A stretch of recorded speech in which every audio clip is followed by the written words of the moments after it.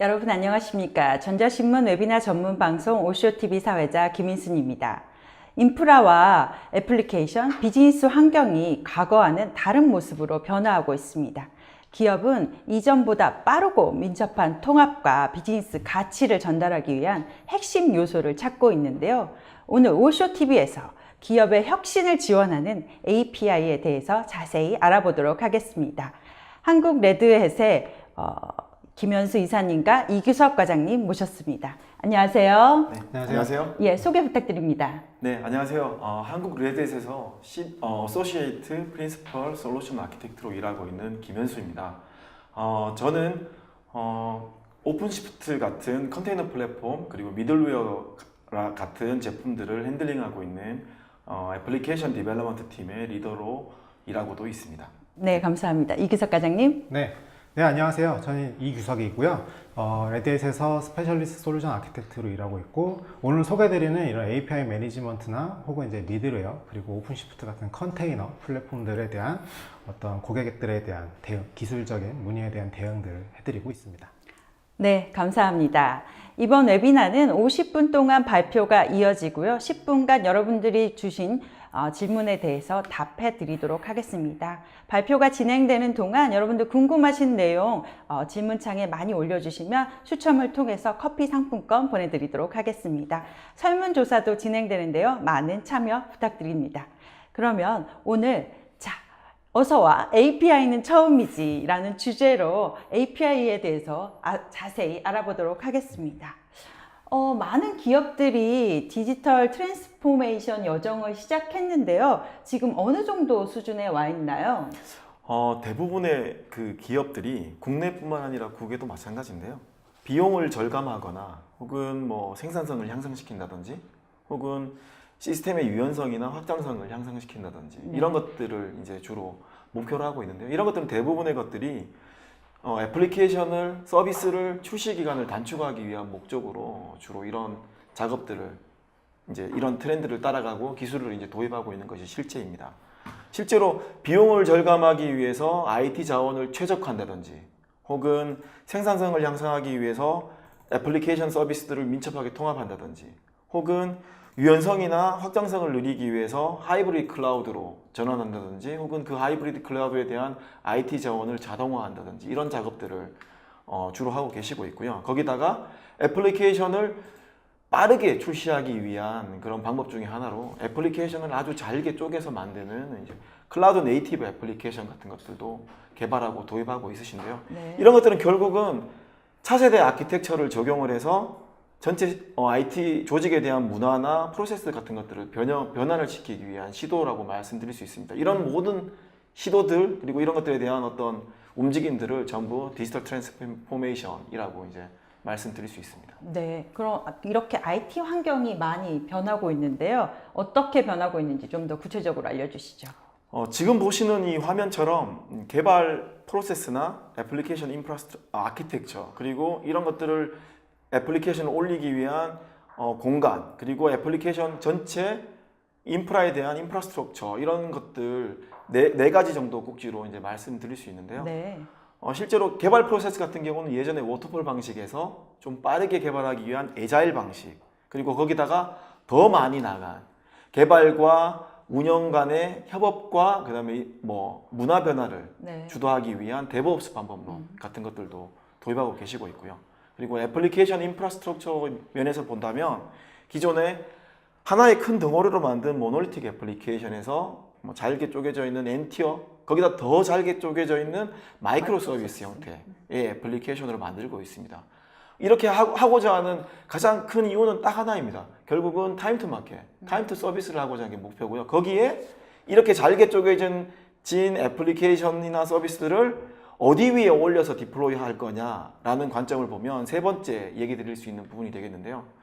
애플리케이션은 빨리 잘게 쪼개서 빨리 개발하고 디플로이를 할 수 있지만 그 올라가서 실제 서비스 되는 공간조차도 더 빠르게 움직일 수 있게끔 만드는 것들을 진행하고 계신데요. 기존에는 물리 서버를 쓴다든지 혹은 거기다가 자원을 격리하거나 이런 것들을 좀 효율적으로 쓸 수 있는 버추얼 서버, VM 기술을 쓴다든지 거기다 요즘은 하나 더 나아가서 컨테이너 기술을 도입함으로써 자원을 효율적으로 쓰면서도 좀 더 빠르게, 좀 더 효율적으로 애플리케이션들을 서비스하고자 하는 이런 흐름들이 있습니다. 네. 이렇게 만들어진 컨테이너 애플리케이션들을 또한 기존에는 데이터 센터 같은 곳에 올려서 이제 쓰시려고 하시다가 이제 뭐 글로벌 환경이나 혹은 뭐 다양한 니즈에 의해서 클라우드, 퍼블릭 클라우드나 혹은 프라이빗 클라우드를 구성해서 그쪽 위로 올리는 이런 작업들이 진행되고 있습니다. 네, 지금 말씀하신 IT 환경의 진화가 지금 가장 그 핫한 데브옵스와 마이크로 서비스와 컨테이너, 클라우드 이렇게 되어 있었는데요.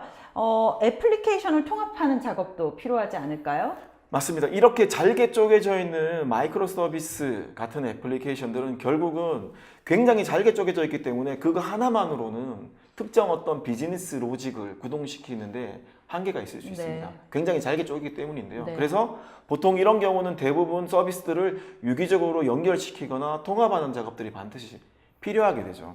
뭐 예를 들면 데브옵스 환경에서 만들어진 이런 애플리케이션들을 빠르게 전체 하나의 서비스를 만들기 위해서 연동하는 이런 작업이 필요하고요. 네. 그리고 뭐 잘게 쪼개져 있는 마이크로 서비스들을 서로의 서비스들을 엔드포인트를 위적으로 연동하는 이런 작업들이 반드시 수반되어야 됩니다. 그리고 이런 것들이 컨테이너 환경에 아까 올라가 있다고 말씀드렸는데 컨테이너에 올라가 있는 환경들이기 때문에 더더군다나 그리고 잘게 쪼개져 있기 때문에 서로 연결을 해야 되는 이런 상황들, 니즈들이 당연히 생기는 거죠. 그리고 또한 이런 애플리케이션들이 하나의 데이터 센터 위에만 있는 게 아니라 다양한 클라우드 서비스 프로바이더 위에 올라가 있을 수 있는 거죠. 그렇죠. 그렇게 하려고 하는 움직임도 실제로 있습니다. 네. 예전 1년 전, 2년 전보다 훨씬 더 많은 그런 움직임들이 있는데요.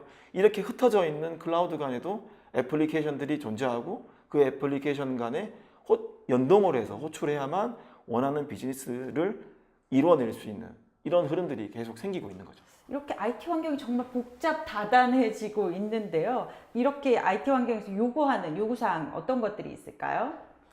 네, 앞서 설명드린 것처럼 일단 환경은 계속 변화해 왔죠. 그리고 그 상황에서 더 많은 어떤 요구사항들을 수용하기 위한 어떤 방식들에 대한 고민을 하기 시작했습니다.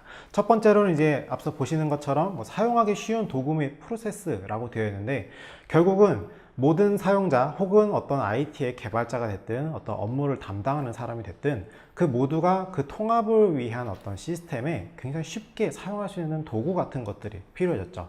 따라서 어떤 특정 사용자들이 특정 어떤 어플리케이션 또는 언어를 통해서 뭔가 개발을 한다거나 하는 이런 과정들이 결국은 비즈니스적으로 이렇게 느린 어떤 시간 타이밍을 가져가게 했기 때문에 각각의 그 해당 업무를 담당하는 사람들이 뭔가 쉽게 통합을 위한 그런 도구들을 사용해서 이제 요구사항들을 만족시킬 수 있는 그런 환경이 필요해졌고요. 네. 두 번째로는 이제 협업에 대한 강화인데 이 부분도 마찬가지로 결국 사람과 사람의 어떤 업무적인 결합이라고 볼 수 있을 것 같습니다. 그래서 협업을 강화하는 내부 혹은 외부에서 담당하는 사람들이 결국 자신의 일들을 서로 뭔가 유기적으로 연관을 시켜서 그 안에서 뭔가 시스템적인 서비스적인 어떤 베네핏을 만들고자 하는 그런 방향성이라고 볼 수 있겠고요. 네. 세 번째로는 결국 앞서 저희가 봤던 그런 여러 가지 변화들, 결국 우리가 원하는 것은 빠른 서비스를 하기 위한 것이죠. 그래서 그렇죠. 어플리케이션을 빨리 만들고 빨리 배포하는 것도 중요하지만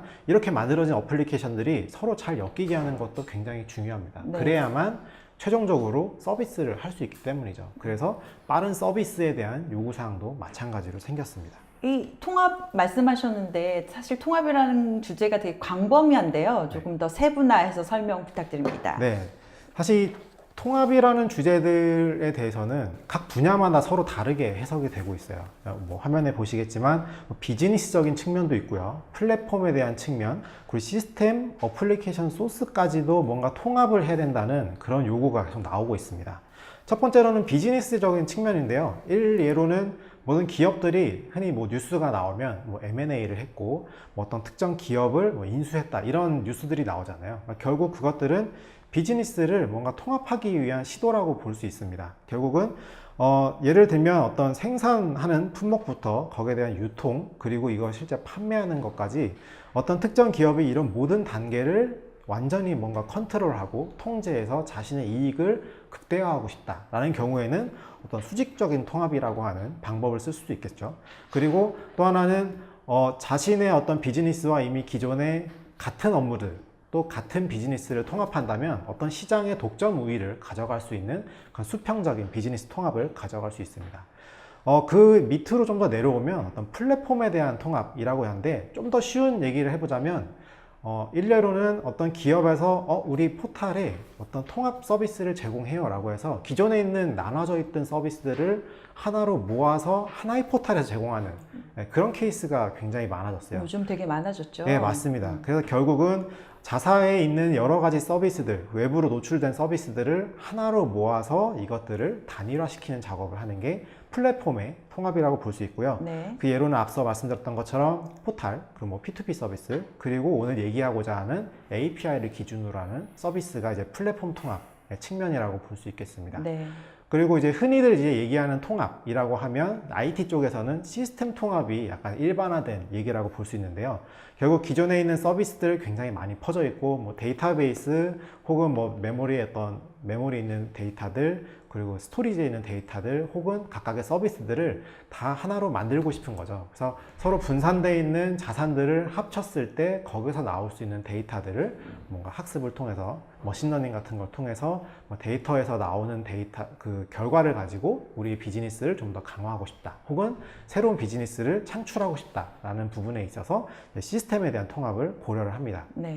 그리고 추가로 이제 애자일 같은, 그리고 데브옵스라고 하는 환경이 되면서 어플리케이션 소스에 대한 것도 통합을 한다라는 단어가 계속 나와요. 네. 뭐 이미 들으셨을 수도 있겠지만 CI/CD라고 하는, 그 중에서 CI, 즉 Continuous Integration이라고 하는 부분은 결국 기존에 저희가 가지고 있는 어플리케이션을 좀 더 서비스로 빨리 출시를 하고 싶은데 중간중간 계속 업데이트가 되고 개발자들이 계속 소스를 커밋하죠. 이렇게 빈번하게 발생하고 있는 어플리케이션 소스의 변화조차도 통합을 해서 실제 어떤 서비스가 되기까지의 과정 자체를 통합하고 싶다라는 의미에서 이제 어플리케이션 소스의 통합도 어떤 주제로 하나 자리 잡고 있습니다.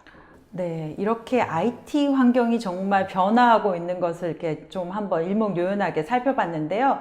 오늘의 핵심 주제인 API에 대해서 좀 더 자세하게 알아보도록 하겠습니다. API, 이거 되게 많이 들어본 것 같기도 한데 되게 어렵기도 하네요. API가 무엇인가요? 네, API는 지금 보시는 것처럼 애플리케이션 프로그래밍 인터페이스의 약자인데요. 결국은 애플리케이션에서 이 API를 사용을 해서 운영체제나 혹은 프로그래밍 언어 같은 것들에서 제공해주는 기능을 제어할 수 있게 만든 인터페이스라고 말씀드릴 수 있습니다. 뭐 가장 가까운 예로는, 이해하기 쉬운 예로는 이제 자바 같은 이런 프로그래밍 언어를 써서 네. 개발을 할 때 개발자들이 특정 어떤 기능들, 예를 든다면 뭐 문자를 뭐 변환한다든지 자른다든지 이런 기능들을 직접 개발하는 게 아니라 그 프로그래밍 랭귀지에서 적용해주는 이런 API, 자바 이용해서? API를 사용함으로써 원하는 기능들을 이제 애플리케이션에 녹아넣을 수 있는 게 되는 거죠. 이런 API 같은 것들은 좀 뭐 예를 든다면 UI 같은 것하고 이제 비교할 수가 있는데, UI 네. 같은 경우는 유저가 인터랙션하기 위한 인터페이스를 만드는 그렇죠. 거라고 볼 수 있는 거고요. 이 API는 개발자가 특정 기능을 쓰기 위해서 애플리케이션적으로 어떤 인터페이스를 하기 위해서 미리 정의되어 있는 어떤 기능들이라고 이제 말씀드릴 수도 있습니다.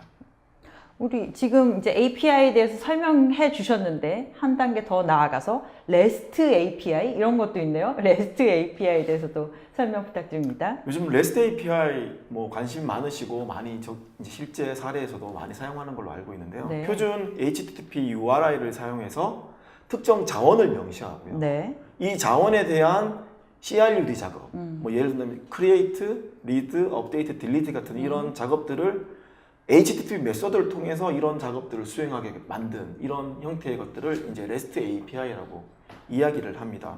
REST API 같은 경우는 이제 HTTP 표준 프로토콜을 사용하는 경우가 거의 대부분이고요. 그리고 메소드로는 보자면 포스트 방식이나 뭐 get이나 put, delete 같은 이런 방식들로 아까 말씀드렸던 CRUD 작업들을 보통 수행하게 합니다. 대부분 이런 REST API 같은 경우는 JSON 형태로 파일 포맷이 만들어져 있는데요. 네. 사람이 이해하기 굉장히 쉬운 형태로 이런 뭐 보내는 데이터와 받아들이는 데이터를 이제 표현하고 있습니다. 네. 이미 API 기업에서 많이 쓰고 있는 거 아닌가요? 네, 맞습니다. 사실 이 API라고 하는 게 저희가 익숙해졌다라고 할 만큼 네. API라는 얘기를 굉장히 많이 하고 있는데 네, 네. 이게 일반화된 이유, 뭔가 예를 들어서 설명드린다면, 예를 들면 저희가 요즘에 많이 이게 어플리케이션들, 특히 이제 모바일 어플리케이션들 많이 사용하시잖아요. 근데 그 안에 보면 이제 로그인 하는 것들에 네. 대해서 뭔가 뭐 특정 F사의 뭐 로그인 같은 많이 것들요. 쓰죠. 네, 네. 맞습니다. 뭐 N사의 로그인. 로그인. 사실 이런 것들도 API로 다 되어 있어요. 네. 근데 API로 되어 있기 때문에 그런 타 사이트 혹은 타 사용자들, 타 비즈니스 기업들이 여기 있는 어떤 서비스들을 쉽게 자신의 서비스에다가 녹여 넣을 수 있는 그런 네. 예가 되는 거죠. 그럼 상대적으로 이런 API를 제공하는 사업자는 대체 무슨 이득을 얻느냐라고 한다면 결국 이 특정 API 서비스로 뭔가 로그인을 했다면 그 로그인이 다른 쪽에 들어갈 수 있는 어떤 관문이 되잖아요. 네. 결국 이 API 사용에 대한 어떤 내가 더 이상 이 API 사용하지 않겠다 하는 순간 다른 서비스에 접근할 수 없는 상황이 발생하는 거죠. 따라서 이런 API를 제공하는 사업자 입장에서는 자신의 서비스에서 뭔가 이탈을 방지할 수 있는 효과, 그런 부분도 고려해서 API 서비스를 제공하고 있습니다. N사 로그인을 이용했는데 네. 다른 데 가서 이렇게 할 때도 또 계속 이용을 하게 되니까 N사를 탈퇴할 수 없게 네, 되는 맞아요. 그런 예를 들 수 있죠. 네, 네. 그러면 여러분들 어떻게 API 사용하고 계신지 구체적인 예시를 들으면서 설명해 드리도록 하겠습니다. API 사용 사례에 대해서 조금 더 자세히 들어볼까요? 요즘은 뭐 모든 곳에서 API를 사용하고 있다고 해도 과언이 아닌데요. 네. 지금 보시는 예처럼 모바일 애플리케이션 같은 경우는 요즘은 REST의 API를 사용하지 않는 경우는 거의 없다고 해도 무방할 정도로 많이 사용을 하고 네. 있습니다. 또한 서드파티 혹은 파트너사 이런 쪽에서도 아까 말씀하신 것처럼 우리 회사에서 만든 API를 그런 파트너 회사에서 씀으로써 어떤 제3의 어떤 서비스를 만드는 목적으로 네. 이제 사용할 수도 있는 거고요. 결국은 이렇게 쓰는 가장 큰 이유는 비즈니스 민첩성을 높이기 위한 목적으로 주로 사용을 하고 있는 거고요. 그리고 이런 REST API를 결국은 소비자한테 그게 기업이 되었던 개인이 되었던 제공을 하면 결국은 비즈니스적으로 레비뉴가 창출되는 네. 효과를 가져올 수 있는 거죠. 네, 네. 그러면은 구체적인 첫 번째 사례 한번 알아볼까요? 네, 일단 첫 번째 사례를 말씀드리면 이제 파트너 간의 인티그레이션, 즉 B2B라고 보통 저희가 표현을 하죠. 기업과 기업 간에도 이 API를 통하면 뭔가 통합될 수 있다라는 네. 그런 얘기를 하는데요. 결국 어떤 특정 기업은 자신의 기업 내에 어떤 데이터들이 이미 있죠. 근데 이 데이터들을 외부에 있는 기업들도 이용하고 싶어 하는 경우가 많이 많습니다. 있죠. 네. 근데 사실 과거에는 이런 것들 이용하고 싶어요 라고 하면 어떤 이만한 문서들을 가지고 가서 여기 이런 데이터 있어요 라고 했지만 뭔가 기술이 발전하면서 지금은 그냥 데이터를 뭔가 보내준다던가 파일을 전송한다던가 이런 식으로 뭔가 이어지지는 않지만 그래도 이용은 할 수는 있었죠. 근데 네. 지금은 상황이 굉장히 많이 바뀌었습니다. 네네. 그래서 뭔가 바로바로 그 기업과 뭔가 데이터를 주고받는 그런 역할들이 필요해졌고요. 그래서 이제 B2B의 파트너십을 확장하는 입장에서 API를 쓴다면 좀 더 그 상대 기업과 우리 기업의 어떤 데이터에 대한 혹은 서비스에 대한 인테그레이션에 대한 효과가 높아진다라는 게 이제 첫 번째 케이스가 될 수 있을 것 같고. 네. 네. 두 번째 케이스도 설명해 주시죠. 두 번째 케이스는 이제 커스터머 인티그레이션인데요. 결국은 기업이 가지고 있는 이런 데이터들을 활용하고자 하는 고객들이 생겨난다는 부분이에요. 네. 기존에는 앞서 설명드렸던 부분은 이제 기업이 기업의 데이터를 이제 활용하려고 했다라는 측면에서 볼 수 있다면 네. 이번 케이스는 개인이 기업의 데이터를 이용한다라는 것으로 볼 수 있습니다. 네. 뭐 특정 예를 든다면 날씨 같은 데이터를 되게 쉽게 예를 들 수 있을 것 같아요. 사실 날씨라는 데이터 수집하려면 뭐 특정 뭐 예를 들면 국내에는 기상청 같은 국내의 어떤 공기업이라든가 혹은 특정 날씨를 체크하는 기업들이 날씨 데이터를 가지고 있어요. 근데 이 날씨 데이터를 가지고 있고 실상 뭐 예보 같은 그런 서비스를 제공하긴 하지만 사실 날씨 데이터는 굉장히 여러 분야에서 쓸 수 있는 그렇죠. 데이터죠. 그래서 이런 데이터들을 좀 더 비즈니스적으로 활용할 수 있게끔 하기 위해서 어떤 기상청이나 이런 날씨 제공 기업들은 API를 형태로 제공하고 있습니다. 그래서 개인들도 자유롭게 접근을 해서 데이터를 수집하고 여기에 대한 새로운 어플리케이션을 만들어서 제공한다든가 하는 식으로 이제 또 서비스를 사용하고 있죠. 그럼 엔드 유저 쪽은 어떤가요? 엔드 유저를 대응하는 어플리케이션이라고 제가 적어놨는데요. 네. 사실 이 부분은 조금 더 이제 확장성 있는 부분 혹은 좀 더 유연한 부분이라고 이해하시면 좋을 것 같아요. 그래서 실제로 우리가 대면하는 것은 어플리케이션인데 그렇죠. 뒷단에 있는 어플리케이션에 대한 것들은 계속 변화가 발생하고요. 네. 거기에 대한 어떤 유입량이 항상 스테이블하지 않고 왔다 갔다 하죠. 그때마다 뭐 이벤트를 한다거나 뭐 이런 경우에도 뭔가 유입량이 계속 달라질 수 있어요. 근데 이런 것들에 대한 통제를 한다거나 혹은 어플리케이션이 변했지만 실제로 동일한 어떤 API 연결점을 제공한다면 그 엔드 유저는 계속 같은 방식으로 API 서비스를 이용할 수 있다라는 네. 케이스가 될 수 있겠습니다. 되게 일반적으로 사용하는 케이스에 대해서도 좀 더 알아볼까요? 네, 지금 보시는 이 스키폴 에어포트는 이제 네덜란드의 네. 공항인데요. 이제 허브 공항입니다. 결국은 이제 승객들이 이 공항에 와서 뭐 A 항공사의 비행기를 탔다가 B 항공사로 갈아타는 네. 이런 용도로 거치게 되는 공항인데요. 이 공항의 경우는 내부 개발자와 파트너를 위한 API를 제공함으로써 빠르게 신규 서비스를 고객에게 제공할 수 있는 이런 목적으로 이 API를 사용한 사례가 되겠고요. 네. 사실 이 공항 같은 경우는 연간 대략 한 7천만 명 정도 이상의 승객들이 연간 사용을 하고 있을 정도로 많은 사용자들이 사용하고 있는데요. 그만큼 빠르게 승객들이 오갈 수 있도록 해주는 게 이 공항의 핵심 사항입니다. 사실 이 공항 같은 경우는 저희 레드햇하고 같이 일하게 되기 전에 이제 도전 과제가 있었는데요. 네. 지금 보시는 것처럼 세계 최고의 디지털 공항이 되겠다라는 목표와 그리고 여행 이용 경험을 향상하는 결국 이용 경험이라고 하면 결국은 대기 시간이 오래 걸리지 않고 빠르게 비행기를 갈아탈 수 있는 그게 이제 가장 큰 핵심이 되겠죠. 네. 이런 것들을 이제 해결하기 위한 목표로 삼고요. 네. 데이터 및 서비스를 재사용 가능한 엔드포인트로 변환을 하는 작업들을 같이 진행을 했죠. 그래서 결국은 API를 통해서 파트너나 모바일 애플리케이션들로 고객들께 빠르게 서비스를 제공하는 형태로 API들을 주로 사용을 했습니다. 저희 레드햇 기반의 솔루션들을 주로 이제 사용을 했는데요. 네. 뭐 레드햇 오픈시프트 컨테이너 플랫폼이나 그리고 3스케일 같은 API 매니지먼트 솔루션 그리고 내부에 있는 어떤 서비스들을 통합하기 위한 작업으로 퓨즈 같은 솔루션들을 사용을 했는데요. 결과적으로 말씀드리자면 새로운 클라우드 애플리케이션 위에 서비스를 제공하기까지 걸리는 시간이 10일 정도로 단축되었고요. 빨리. 기존에 네. 대비하자면 50% 이상 기간을 단축한 사례라고 말씀드릴 수가 있습니다. 네. 국내 사례는 없을까요? 국내 같은 경우도 이 API를 도입하는 사례가 굉장히 많은데요. 네. 특히나 요즘 뭐 은행 같은 경우도 네. 이런 것들 사례들이 굉장히 많아지고 있는 추세입니다. 국내에 있는 A은행 같은 경우는 글로벌 대외계 오픈 API 서비스를 위해서 파스 클라우드 플랫폼 위에 API 매니지먼트 솔루션을 도입한 네. 사례라고 말씀드릴 수 어느 있습니다. 은행인지 참 궁금하긴 하네요.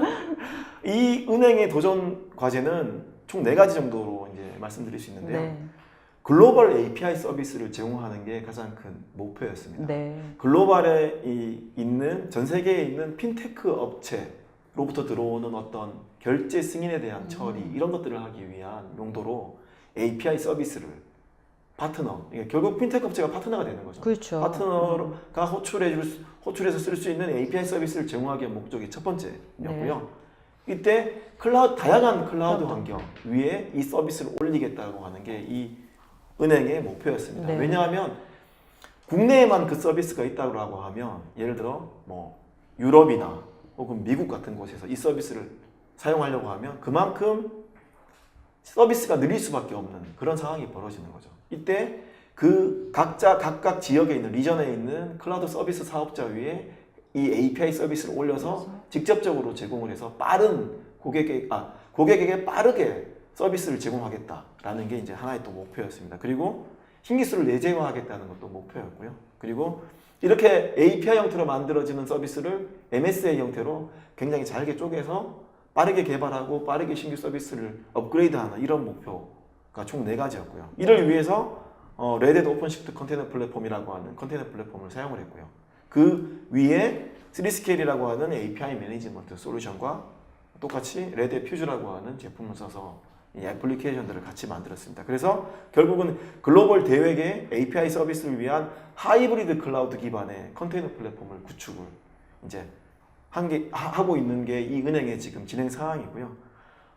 글로벌 API 서비스를 위한 파스 위에 컨테이너 플랫폼 위에 API를 구축함으로써 만들어져 있는 컨테이너 이미지를 다른 클라우드 위에도 올려서 바로 러닝 시켜서 뭐 다른 어떤 뭐 복잡한 설정 작업이나 설치 작업 이런 것 없이 바로 빠르게 서비스를 제공하자는 게 목표였죠. 그래서 현재 지금 하이브리드 클라우드 환경에서 이제 구축 진행 중에 있고요. 그리고 새로운 서비스와 API 개발 시간을 이제 단축시키는 효과를 지금 얻고 있습니다. 설명을 들으니까 정말 A은행이 어딘지 더욱더 궁금해지는데요. 사실 금융권 같은 경우 되게 보수적이잖아요. 맞습니다. 근데 저렇게 빠르게 도입을 하고 있고 디지털 트랜스포메이션 하고 있다는 사실 되게 놀라운데요.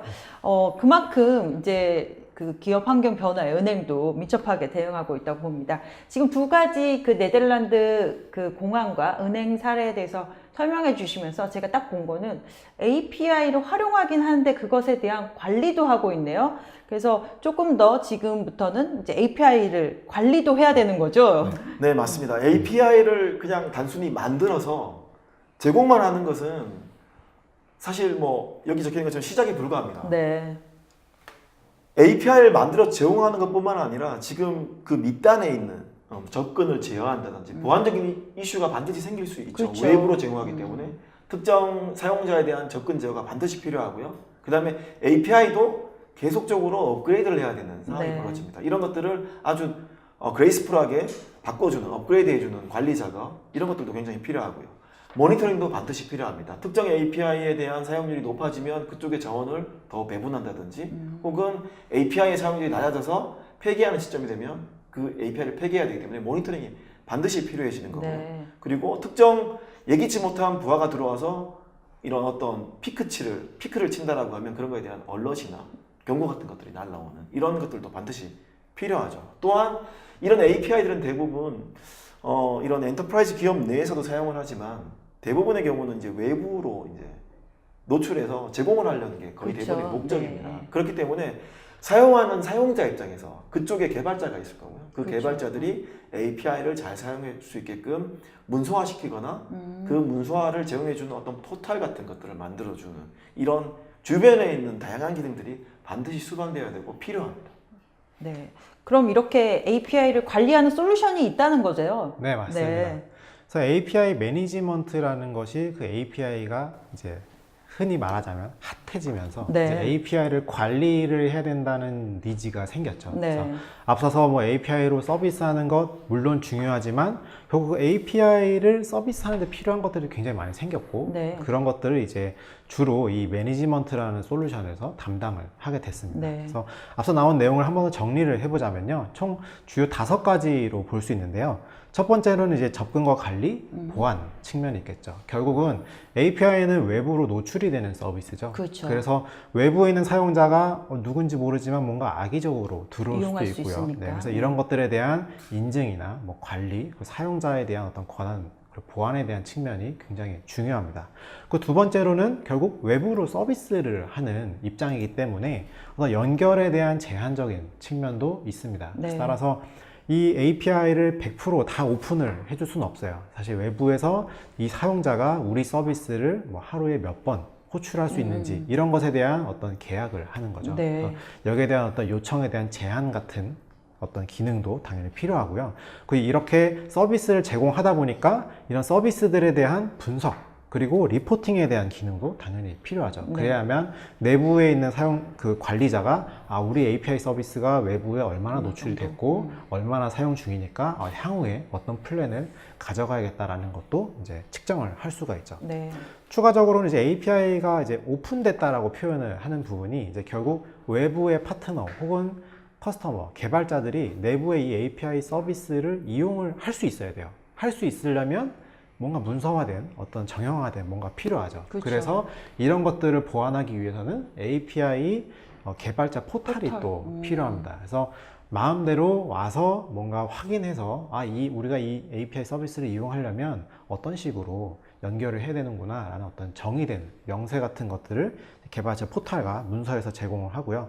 이렇게 외부로 뭔가 서비스가 됐을 때 거기에 대한 어떤 빌링이나 미터링에 네. 대한 부분도 이제 매니지먼트에서 관리를 하게 됩니다. 네, 이렇게 관리를 잘 해주는 기능들이 있고 게이트웨이란 것도 필요한가요? 네, 사실 게이트웨이가 이전에 이제 API를 위한 어떤 서비스의 관문이라고 볼 수 있었어요. 네. 근데 API 매니지먼트가 나오기 이전에는 이 게이트웨이에서 앞서 나왔던 특징들을 다 컨트롤 했었어야 했습니다. 네. 근데 이런 것들이 게이트웨이 안에 있으면 이런 어떤 정책이나 혹은 설정들이 변경이 될 때마다 게이트웨이를 내렸다 올리든가 혹은 뭔가 환경이 변화가 되면 게이트웨이를 옮겨가는데 굉장히 어려움이 있었죠. 그래서 이런 어떤 특정 이 업무 혹은 이 기능을 수행하는 게이트웨이는 별개로 두고 진짜 이 안에 있는 어떤 정책을 설정한다던가 설정에 대한 값을 변경한다던가 하는 것들은 매니지먼트가 붙어서 이 게이트웨이를 관리하는 것으로 이제 패키징이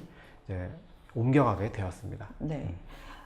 지금까지 이제 API에 대해서 많이 알아봤는데요. 구체적인 기능에 대해서 조금 더 알아볼까요?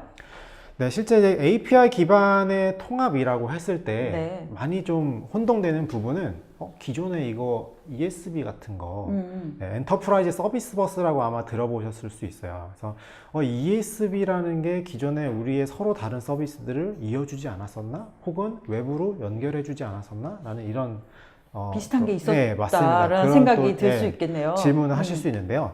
두 가지가 약간 차이가 있다고 볼 수 있을 것 네. 같아요. 그러니까 이제 그림으로만 일단 보신다면 ESB는 이제 중앙화되어 있는 어떤 특정 솔루션 혹은 프로덕트이라고 보시면 이해하기 좀 쉬울 것 같습니다. 네. 그래서 중앙에서 이런 ESB라는 걸 통해서 각각의 서비스들을 이어주는 역할을 하고요. 네. 실제 이런 것들이 구축이 되려면 이 개발 첫 단계에서부터 이미 설계되어서 들어가야 되는 부분이 생기죠.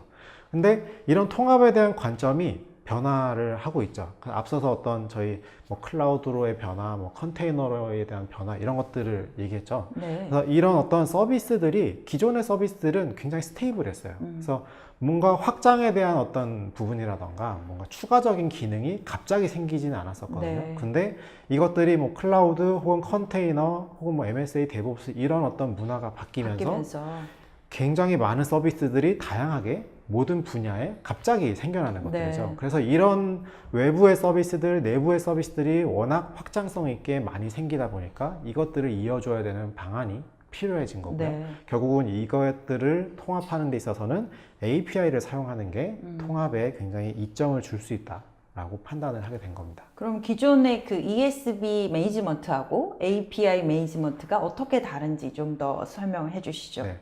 일단 이제 간단하게 이렇게 표로 좀 정리를 해봤는데요. 네. ESB는 실제 내부의 통합 그리고 그 외부 서비스의 어떤 노출만 시킨다는 것에 관점을 둔다면 API는 앞서 계속 나왔지만 뭔가 외부로 서비스를 오픈한다라는 관점이 있어요. 그래서 서비스를 소비하게 만들기 위한 어떤 엔드포인트를 만드는 데 좀 중점이 있고요. 네. 그 두 번째로는 ESB는 안정성 측면에서 되게 중요하다라고 여겼다면 API 매니지먼트, API는 민첩함이 굉장히 중요해졌죠. 네. 결국 늘어나는 각각의 서비스에 빠르게 연결시켜야 된다라는 어떤 특징이 있었고요. 그 ESB는 한번 구축할 때 기존 시스템에 딱 대응되는 규모로 개발을 진행했었습니다. 네. 마치 이제 예전에 뭐 빅뱅이라고 하는 혹은 뭐 차세대라고 하는 형태로. 그 기간 와중에 이제 ESB에 대한 요건, 데이터 통합에 대한 요건을 가지고 설계를 했다면 API 매니지먼트는 계속 변화하는 환경에 어떤 서비스가 계속 증가하고 축소되는 그 과정 안에 계속 지속적으로 개발되고 뭔가 연결이 되는 그런 특징을 가지고 있습니다. 네. 그래서 한 번에 구축되는 게 보통 ESB라고 한다면 API 매니지먼트는 지속적으로 계속 추가될 수 있는 네, 거네요. 맞습니다. 네. 그런 식으로 추가된다고 볼 수 있겠고요. 그래서 ESB의 관점은 결국 이 데이터들을 모으는 것, 그래서 여기에 대해서 우리가 데이터를 수집해서 뭔가를 만들어낸다라기보다는 뭔가 원가를 절감한다. 즉 우리가 데이터를 관리하는 비용을 절감시킨다로 보통 초점을 맞췄다면 네. API 매니지먼트는 우리 비즈니스를 좀 더 성장시킨다. 즉 우리 내부에 있는 데이터를 가지고 활용해서. 외부에 열므로써 뭔가 우리가 아직 갖지 못했던 그런 비즈니스를 더 많이 만들어내는 것으로서 뭔가 코스트를 세이브하는 것보다는 베네핏을 만들어내는 네. 그 역할로 전환이 되는 그런 특징을 가지고 있다고 볼 수 실제 있습니다. 그 ESB를 사용했던 사례를 보면 네. 거의 대부분이 EAI를 대체하는 용도로 이제 보통 고객분들이 많이 사용을 하셨어요. 네. 결국은 기업 내에 있는 애플리케이션과 통합을 시키는 목적으로 ESB를 고려하시고 사용하시는 경우가 많았고요. 네. 거기에 반해서 API 네. 같은 경우는 외부로 서비스를 노출해서 더 그것들을 통해서 확장하는. 뭔가 이익을 창출하기 위한 그런 용도로 비교된다고 말씀드릴 수 있습니다. 네. 아까 그 5가지의 API 매니지먼트의 이제 주요 기능에 대해서 언급을 했었는데요. 지금부터 그걸 하나씩 나눠서 좀 더 상세하게 알아보도록 하겠습니다. 설명해 네. 주시죠. 네. 제일 첫 번째, 제일 중요한 기능 중에 하나인데요. 네. 결국은 보안 기능입니다. 보안 기능.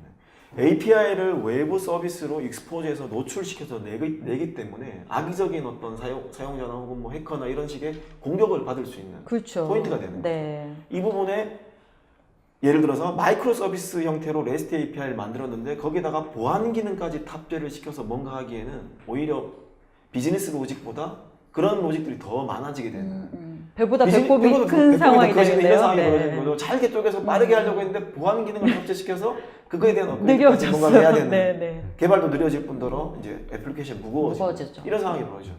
그렇기 때문에 이런 API 게이트웨이나 매니지먼트 솔루션을 써서 앞단에서 그런 기능들을 대신해 주는 겁니다. 대신해주고. 예를 든다면 API 키나 뭐 아이디나 키 방식 혹은 요즘은 OAuth 토큰 방식으로 네. 토큰을 기반으로 이 요청이 인증이 되었냐 되지 않았냐를 인증을 해서 이 리퀘스트를 API 게이트웨이를 경유해서 뒷 백엔드 REST API로 전달할 건지 말 건지를 결정해주는 그런 가장 중요한 보안 기능을 제공해준다고 볼 수 있고요. 네. 또 다른 기능은 접근 허용 이런 네. 것도 있네요. 네. 사실 API에 대한 접근의 허용, 뭐 제한이라고 표현했는데 네. 결국은 이 API 엔드포인트로 말미암아 내부에 어떤 서비스에 붙게 즉 어떤 트래픽에 대한 네. 조정을 해주는 네. 그럼 결국 길 안내를 한다고 보면 될 것 같은데요. 예. 예를 들면 뭐 API 서비스 엔드포인트가 뭐 A, B다. 뭐 이건 굉장히 쉽죠. 저희가 그냥 URL 가지고 뭐뭐뭐닷컴, 뭐 A.com, B.com 혹은 그 닷컴 뒤에 붙는 어떤 특정 경로를 가지고 이제 애플리케이션에 어떤 애플리케이션으로 붙어야 될지 이런 것들에 대한 어떤 트래픽의 전환, 라우팅에 대한 역할을 하는 게 첫 번째 역할이고요. 네. 두 번째는 이제 레이트 리밋이라는 기능이 있습니다. 결국 저희가 API가 밖으로 노출이 되어 있고 사용자는 이것을 사용하는 횟수를 획득하게 되는 것인데 결국 분당 이 콜수를 몇 건으로 제한할 것인지 그리고 일별로 어떻게 제한할 것인지에 네. 대한 제한을 둬서 실제 이 API가 외부로 노출됐을 때 그래서 외부 사용자가 하루에 얼마나 사용할 수 있을지에 대한 어떤 통제를 하는 기능이 있고요. 네. 마지막 세 번째로는 결국 이런 서비스를 이용을 하기 때문에 이용에 대한 빌링에 대한 정책을 각 어플리케이션마다 정할 수 있는 이런 특징, 어떤 기능들이 있습니다. API가 이렇게 많다 보니까 이게 그 어떻게 사용되고 있는지 이런 것들을 한눈에 보면 또 좋을 것 같은데요. 네, 맞습니다. 당연히 이 API들이 결국 이제 수량이 많아지게 이제 되고요. 네. 사용 빈도수가 높아지게 되기 때문에 아까도 소도에도 말씀드렸습니다만 API를 어떤 것들이 활성화되고 있고 어떤 것들은 사용하고 있지 않은지 이런 모니터링이 굉장히 중요하고요. 그렇기 때문에 이런 API 매니지먼트 솔루션은 이런 API들에 대한 사용률이나 혹은 사용 빈도수 이런 것들을 보기 위한 분석 기능들이나 리포팅 기능들을 제공하고 있는데요. 네. 결국은 사용 현황을 모니터링하고 그것들을 추적함으로써 API에 대한 라이프 사이클 관리를 하고자 하는 게 가장 큰 목적이라고 볼 수 있습니다. 그리고 트래픽에 대한 경로를 뭐 설정한다든지 그거에 대한 모니터링 한다든지 혹은 이런 것들을 커스터마이징해서 사용자가 좀 보기 편한 형태로 대시보드 형태로 만들어내는 이런 커스터마이징 기능 그리고 애플리케이션별로 REST API별로 서비스별로 트래픽을 상세하게 디테일하게 볼 수 있는 시간대별로 혹은 내가 원하는 어떤 조건을 줌으로써 내가 원하는 그 날짜나 시간대에 해당되는 트래픽에 대한 전체 사용률이나 이런 것들을 전체 모니터링하는 기능들까지 가지고 있고요. 아까 말씀드린 것처럼 이런 것들을 한눈에 볼 수 있는 네. 대시보드 형태의 기능들도 이런 매니지먼트 솔루션에서 제공하고 있습니다. 기업이 이렇게 API를 제공하게 되면 개발자들이 많이 쓰는 게 좋은 거잖아요. 개발자를 위한 기능 같은 것도 있나요? 네, 맞습니다. 사실 API 매니지먼트에서 좀 중요한 역할 중에 하나는 개발자 포탈입니다. 결국은 이 API가 좀 활성화되게 하기 위해서는 결국 사용자가 많아져야 되는 그렇죠. 거잖아요. 그러니까 이런 API를 쉽게 사용하게 하기 위해서는 네. 결국 매니지먼트에서 이런 외부의 개발자를 위한 어떤 포털 형태로 이렇게 제공을 하는 게 굉장히 중요하죠. 네. 그래서 일례로는 최근에 굉장히 인기 있는 API 명세 툴 같은 어떤 스웨거라고 하는 그런 것들을 쓰면 네. 이제 외부에는 API 어떤 개발자들이 쉽게 그 개발자 포털에서 바로바로 뭔가 테스트를 해보고 사용하고 거기에 대한 어떤 러닝 커브를 낮춤으로 인해서 그 API 서비스를 더 빨리 쓰게 할 수 있는 어떤 쉽게 쓸 수 있게 하는 어떤 장점이라고 할까요? 네, API가 좀 더 빨리 퍼지고 잘 사용하게 할 수 있는 그런 네. 특징을 가질 수 있다고 볼 수 있을 것 같습니다. 네. 지금까지 이 API 매니지먼트라는 5가지 주요 기능에 대해서 알아봤는데요. 여기에 더해서 마이크로 서비스 아키텍처라는 것도 있네요. 좀 더 깊게 들어가고 있는데요. 이것에 대해서 좀 더 자세하게 알아보도록 하겠습니다. 점점 어렵습니다. 마이크로 서비스 아키텍처. 네. 어떻게 되고 있는 건가요? 사실 앞서 이제 나온 방법론 중에 하나지만 네. 이제 모놀리식한 어플리케이션이 3티어 환경으로 되었고 결국 이것이 원하는 거는 분산된 환경에서 좀 더 이 시스템들을 좀 분산화된 환경에서 효율적으로 쓰고 싶다라는 의도였어요. 네. 근데 결국 어플리케이션의 어떤 환경 혹은 기술들이 발전함으로 인해서 MSA라고 하는 굉장히 요즘에 핫한 네, 그쵸. 어떤 아키텍처의 방법론 중에 하나가 됐는데 상상을 해보면 이래요. 결국 저희가 쓰는 어플리케이션의 단말 혹은 엔드포인트는 하나잖아요. 혹은 2개. 이 정도. 예를 들면 뭐 우리의 어떤 스마트폰, 네. 그리고 우리의 뭐 PC가 같은 여기서 저희가 서비스를 이제 소모를 하게 되는데 그렇죠. 이게 붙는 실제 내부의 서비스는 하나가 아닐 수 있는 거죠. 그래서 결국 굉장히 많은 서비스들이 엮여서 하나의 서비스를 만드는 네. 그 역할을 하는 게 결국 MSA인데 사실 클라이언트와 MSA 입장에서 클라이언트가 이런 MSA의 모든 기능들을 다 수용해서 보여주려면 이런 엔드-투-엔드 포인트가 점점 많이 늘어나게 됩니다. 네. 그래서 결국 MSA라고 하는 서비스가 늘어나면 늘어날수록 거기에 대한 엔드 포인트는 점점점 비례해서 늘어나게 되는 거죠. 따라서 이런 MSA 관점에서의 어떤 API 트래픽을 뭔가 관리해보자 라는 네. 입장에서 본다면 이 API 매니지먼트 API 게이트웨이가 좀 좋은 대안이 될 수가 있습니다. 네. 따라서 늘어나는 뒷단에 백엔드 서비스들이 굉장히 유동적으로 늘어났다가 줄어들었다 하지만 결국 이것을 관리하는 포인트는 한 군데가 되는 거죠. 네. 그래서 이 중앙에 있는 API 게이트웨이를 통해서 서비스들을 호출하고 한다면 이 API 매니지먼트가 제공하는 기능, 즉 앞서서의 어떤 접근에 대한 관리, 요청에 대한 어떤 제어, 그리고 분석 리포팅 같은 과정들 다 포함해서 하나의 단일 포인트로 뒷단의 네. 서비스들을 연결해 줄 수 있다는 장점을 갖습니다. 네. 또한 그 외부로 지금 계속 그 노출시키는 API 게이트 역할만 중점적으로 말씀드렸는데요. 네. 내부에서도 사용을 하실 수가 있습니다. 있어요. 왜냐하면 시스템 간에 보통 단일 시스템에 구성되어 있는 서비스는 거의 극히 드물고요. 보통 대부분 엔터프라이즈 기업에 가보면 코어 어떤 시스템이 있습니다. 네. 코어 시스템 앞단에 뭐 예를 들면 채널 인터페이스를 해주는 그런 영역과 그 앞단에 모바일 애플리케이션 서비스를 해주는 영역, 이 정도 이제 뭐 구분할 수 있는데요. 이런 것들 사이에서도 이런 API 게이트웨이를 통해서 다이렉트로 코어 서비스로 호출하는 게 아니라 내부 서비스들 간에 호출할 수도 있는 거고요. 그 내부 서비스로 만들어져 있는 것들을 외부로 나가게 하는 경우도 있는데, 이런 복잡다단한 내부 서비스들 간의 연계와 혹은 그다음에 그 서비스를 외부로 나가게 하는 이런 서비스 형태도 전부 다 API 게이트를 적용시킬 수 있는 그런 부분이 되겠습니다. 네, 지금 되게 어려운 개념에 대해서 계속 설명하고 있는데요. 요즘 가장 핫한 게 이제 마이크로 서비스와 마이크로 서비스를 서로 연결하는 것인데 이거를 서비스 메시라고 부르잖아요. 이게 API 매니지먼트하고는 뭐가 다른지 약간 설명을 해주실까요? 이 두 가지 개념은 실상 뭐 비슷한 듯 하면서도 약간 다릅니다. 네. 목적이 뭐냐 하면 API 게이트웨이 경우는 외부로 그 서비스를 사용해주는 제공하는 제공자가 외부로 주로 제공한다라고 네. 이제 보면 되고요. 그런 것들을 저희는 보통 수직적인 네. 뭐 서비스라고 보통 사용 관계다라고 이야기를 하고 있고요. 서비스 메시 경우는 그 하나의 서비스를 만들기 위해서 유기적으로 연결돼야 되는 이 자그마한 마이크로 서비스들 간의 연결을 내부의 해주는, 연결. 내부의 연결을 중점적으로 초점을 네. 하고 있다고 볼 수 있습니다. 그리고 또한 API 매니지먼트 솔루션은 중요한 기능이 있는데요. 서비스를 제공해 줄 때 외부에 있는 서비스를 조합을 해서 변환을 해서 특정 다른 서비스 형태로 제공해 주는 네. 이런 기능들이 들어있는 반에서 서비스 메시 경우는 서로 간에 그냥 단순히 연결만 해주는 네.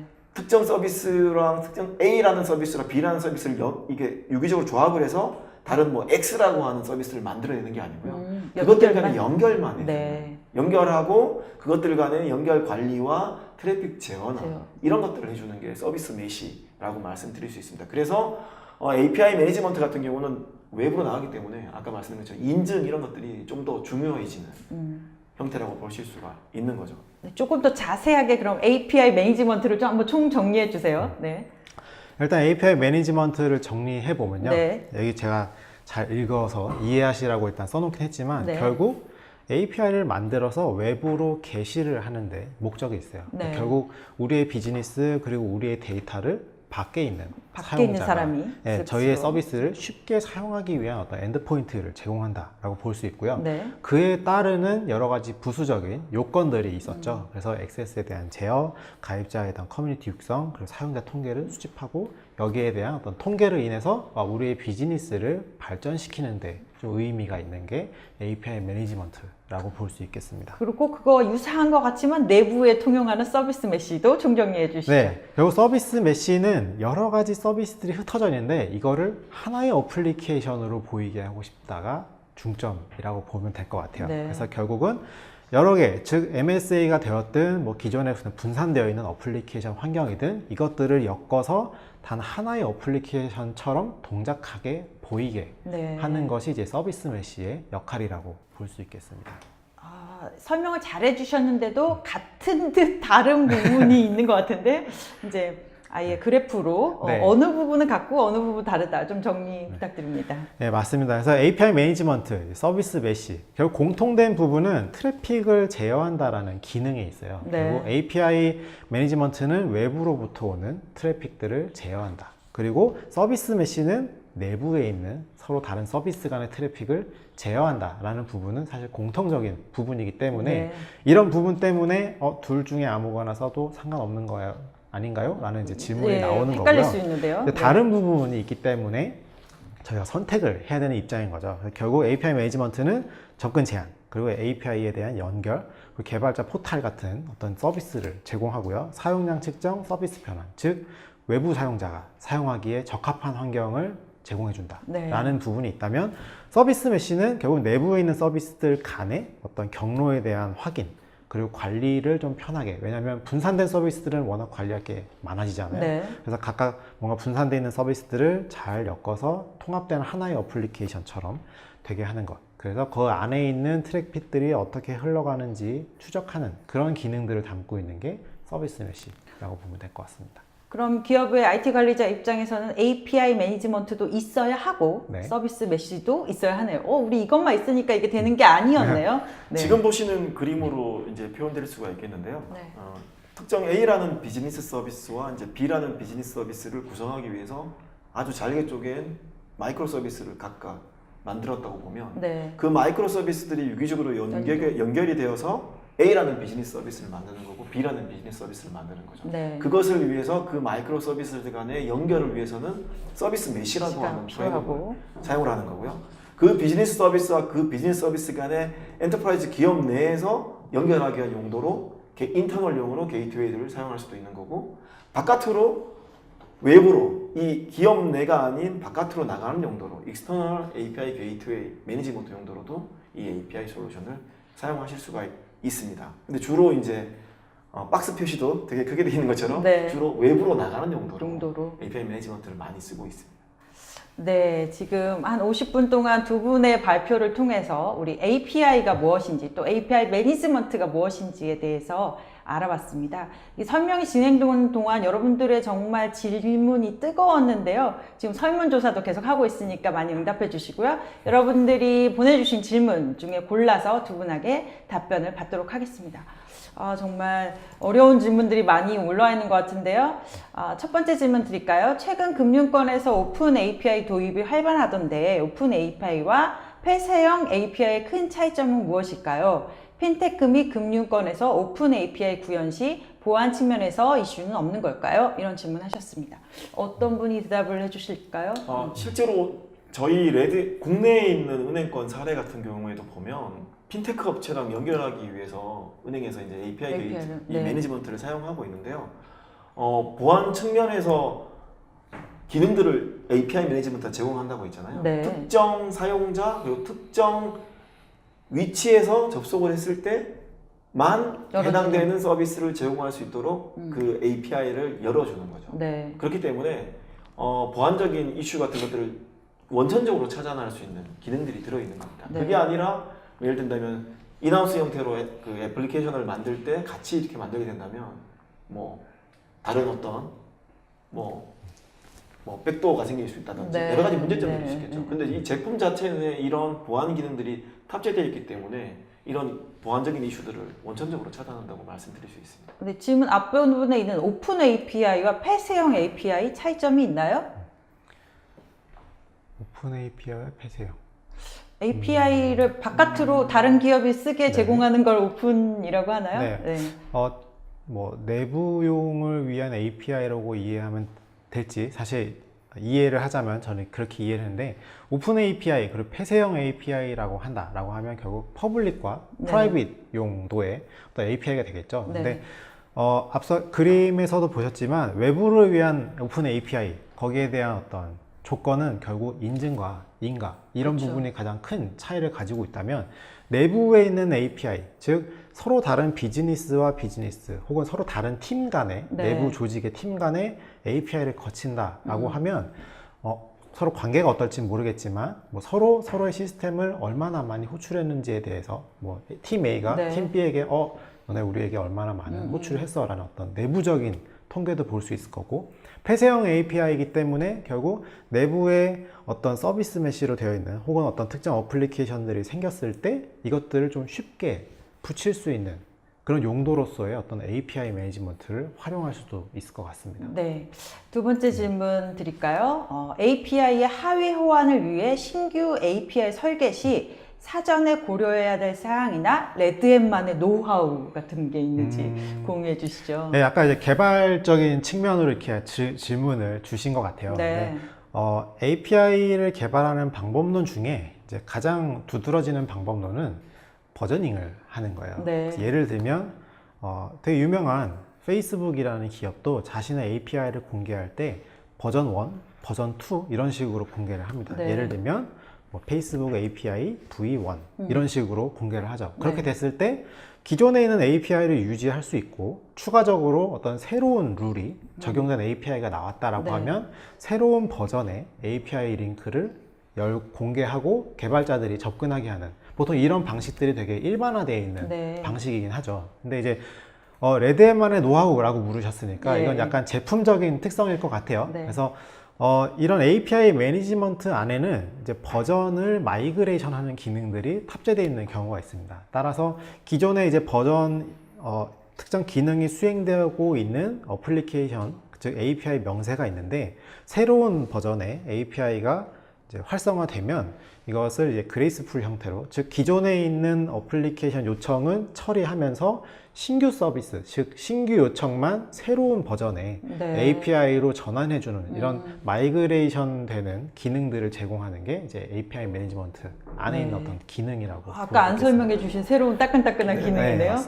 사실 신규 API 설계 시에 가장 중요한 고려사항은 그 API 자체 인터페이스에 대한 설계이겠죠. 왜냐하면 이게 임플레멘테이션 비즈니스 로직은 바뀔 수 있습니다. 근데 인터페이스 하는 부분이 바뀌면 아까 말한 것처럼 이런 인터페이스가 바뀜으로써 같은 서비스 용도지만 동시에 서비스를 해야 되는 상황이 벌어지는 거죠. 이것들을 줄이기 위한 가장 좋은 방법은 최초에 모든 경우의 수를 보고 설계를 잘해놓는 게 가장 중요한 부분이 되겠고요. 네. 근데 사람이 하는 일이다 보니 아무리 설계를 잘해도 잘해도 비즈니스는 변화하고 네. 상황도 변화합니다. 그러다 보면 결국은 바뀔 수밖에 없는 거고 그것 때문에 API 매니지먼트 솔루션은 그렇게 동시에 다양한 버전의 API들을 제공해 줄 수 있는 그런 기능들을 가지고 있는 거죠. 네.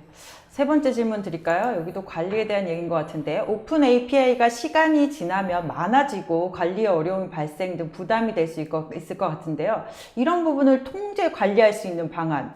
지금 우리가 계속 설명해 드린 거 아니었나요? API 매니지먼트. 네, 이거에 대해서 한 번 더 요약을 해주시면 좋겠네요. 네, 결국은 시간이 지나면 저희가 서비스하는 서비스 엔드포인트도 점점 많아질 거잖아요. 네. 근데 그 중에는 아마 사라지는 것들도 있을 있죠. 거고요. 예, 새로 나오는 것들도 있을 거고. 근데 결국 이런 부분은 어떤 모니터링이나 통계 같은 그런 기능들이 좀 효과를 발휘할 수 있다라고 생각합니다. 네. 그래서 API 매니지먼트라고 하는 솔루션은 그 이름답게 API 매니지먼트도 그런 통계나 어떤 수집된 데이터를 또 API로 제공을 하고 있거든요. 네. 그래서 API 매니지먼트를 관리하는 입장에서는 그런 API를 통해서 수집된 데이터들에 대한 통계를 내서 우리가 기존에 있는 어플리케이션에 대한 API가 얼마나 사용하고 있는지 그리고 얼마나 활성화되어 있는지를 구분하셔서 뭔가 통제할 수 있는 기준을 만드실 수 있을 것 같아요. 네.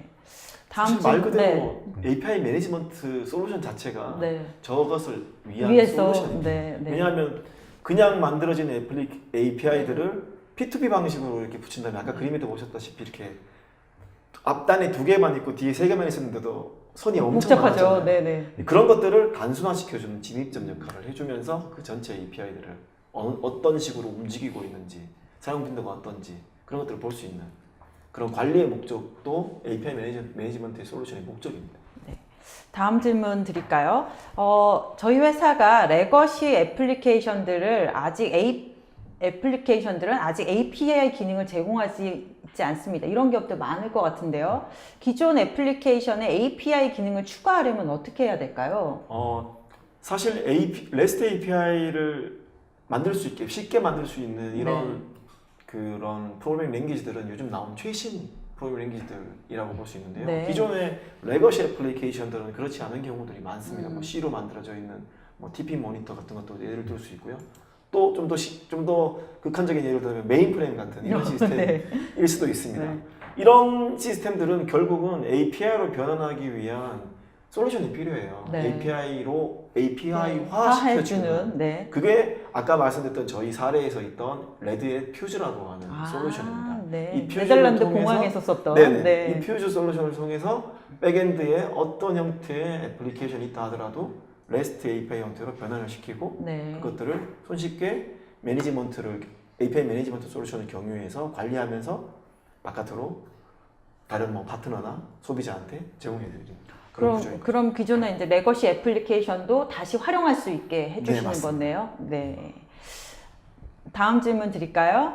개발자 포털 명세를 확인해 보면 API 사용에 대한 샘플도 포함되어 있나요? 이렇게 질문 주셨는데. 네, 개발자 포탈은 사실 이제 기존에 개발자분들께서 API에 대한 명세를 이렇게 만드시잖아요. 네. 그런 것들을 쉽게 이제 개발자 포탈이라고 하는 곳에 이제 임포트를 시키게 됩니다. 네. 그렇게 되면 개발자들은 그 포탈에 붙어서 API에 대한 명세가 나오고요. 그거를 자신이 어떤 프로그램을 만들어서 붙이는 그게 아니라 그 포털 사이트 안에서 직접 테스트를 하고 확인할 수 있는 네. 그런 걸 제공하는 게 실제 개발자 포털의 포털의 기능이라고 보시면 될 것 같아요. 그럼 거기 가서 내가 이 API를 이용할 때 거기서 다 해볼 수 있는 거네요. 그렇죠. 미리 네. 테스트해보고 자신이 어떤 결과가 나올지 예상을 한 후에 실제 자기 어플리케이션에 적용을 하는. 네, 개발자 입장에서는 이런 게 있는 API를 쓰는 게 되게 도움이 되겠네요. 네, 맞습니다. 더 쉽게 개발할 수 있을 것 같은데요.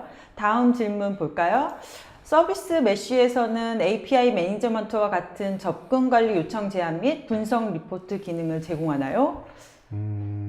사실 이 서비스 메시라고 하는 것도 네. 여러 가지 형태가 있어요. 그렇겠죠. API 매니지먼트도 이제 특정 솔루션을 지칭하는 단어는 사실 아니거든요. 네. 그래서 서비스 메시 예를 들면 뭐 넷플릭스 OSS라고 하는 그런 라이브러리 기반의 서비스 메시 기능도 있고요. 그리고 최근에는 쿠버네티스 그리고 네. 오픈시프트 환경을 기반으로 하는 이스티오라고 하는 서비스 메시 기능이 있습니다. 근데 여기서 말씀드릴 부분이 이제 이스티오 같은 서비스 메시 기능을 활용하시면 그 내부에 이제 그런 트레이싱과 관련된, 그러니까 어떤 요청을 추적할 수 있는 기능들이 내장이 되어 있어요. 그래서 이런 분산되어 있는 환경 안에서도 뭔가 어떤 어플리케이션에 대한 트레이싱, 즉 어떤 서비스들에 옮겨 다니고 어디서 뭔가 장애 포인트가 나는지에 대한 어떤 그런 기능들을 수행하는 게 이제 제공이 같이 되고 있습니다. 좀 더 이제 좀 더 디테일하게 좀 이야기를 해보자면 네. 뭐 트래픽에 대한 제어라든지 예를 들면 버전 1, 2, 3이라고 하는 똑같은 애플리케이션이 있다면 이 1, 2, 3 쪽으로 뭐 어떤 식으로 몇 %를 주면서 이렇게 트래픽을 제어할 건지 뭐 이런 기능들도 서비스 메시에 들어 있습니다. 그리고 네. 또한 분석을 위한, 분석이라기보다는 사실은 모니터링에 가까운 기능이고요. 어떤 서비스들이 어떤 서비스를 호출하고 연결되어 있는지 이런 것들을 보기 위한 기능들, 이런 것들이 탑재되어 있습니다. 다만 인증에 대한, 접근 관리에 대한 기능은 사실 서비스 메시 기능의 핵심 기능은 아닙니다. 네. 왜냐하면 내부에 있는 서비스를 그냥 연결시켜주고 그것들 간에 호출되는 관계를 한눈에 보기 위한, 왜냐하면 마이크로 서비스를 만들다 보면 너무 잘게 쪼개지는 서비스들이 많아지게 되고 그것들과 연결이 눈에 보이지 않는 거예요. 네. 이거를 한눈에 보기 위한 게 서비스 메시 기능의 핵심 기능 중에 하나예요. 네. 그게 목적이지 사실 외부로부터 들어오는 인증에 대한 제어 뭐 이런 것들은 그 사실은 인증을 그 조그만 것까지 다 하다 보면 너무 부하가 걸릴 네, 것 맞습니다. 같은데요. 그래서 네. 그거는 보통 이제 API 게이트웨이나 매니지먼트 솔루션으로 이제 하고 네. 그 내부에 들어와서 그 내부의 연결들을 한눈에 보기 위한 용도로 이 서비스 메시 기능을 사용한다 보실 수 있고요. 아까 뭐 잠깐 설명했는데 넷플릭스 OSS 같은 경우하고 요즘 두 가지를 보통 많이 비교를 하세요. 넷플릭스 OSS 같은 서비스 메시 기능하고 네. 그다음에 쿠버네티스 음. 이 진영의 이스티오 같은 네. 이런 서비스 메시 프레임워크를 비교를 하는데 이 두 개의 장단점은 굉장히 극명합니다. 네. 하나는 애플리케이션 내 라이브러리를 넣어야 되는, 개발할 때 소스에 라이브러리를 넣어야 되는 상황인 거고요. 네. 이스티오 같은 이런 프레임워크는 개발 애플리케이션 내 소스 내에 아무것도 넣지 않습니다. 네. 나중에 혹시라도 더 좋은 서비스 메시 기능이 나오면 바로 바꾸실 수 있는 것이 네. API 애플리케이션 내 로직을 넣으면 기술 이전이 락인이 되어버리는 네, 그런 상황이 네, 벌어지겠죠. 네. 그런 면에서 한번 서비스 메시 기능은 어떤 걸 쓰실지 고려를 한번 해보시는 것도 좋을 것 같습니다. 네. 오늘 두 분 긴 시간 동안 설명 잘 들었습니다. 오늘 API 활용과 관리에 대해서 알려드렸는데 유익한 시간이 되셨으면 좋겠습니다. 전자신문 오쇼티브는 다른 주제로 다음번에 다시 한번 찾아뵙겠습니다. 감사합니다.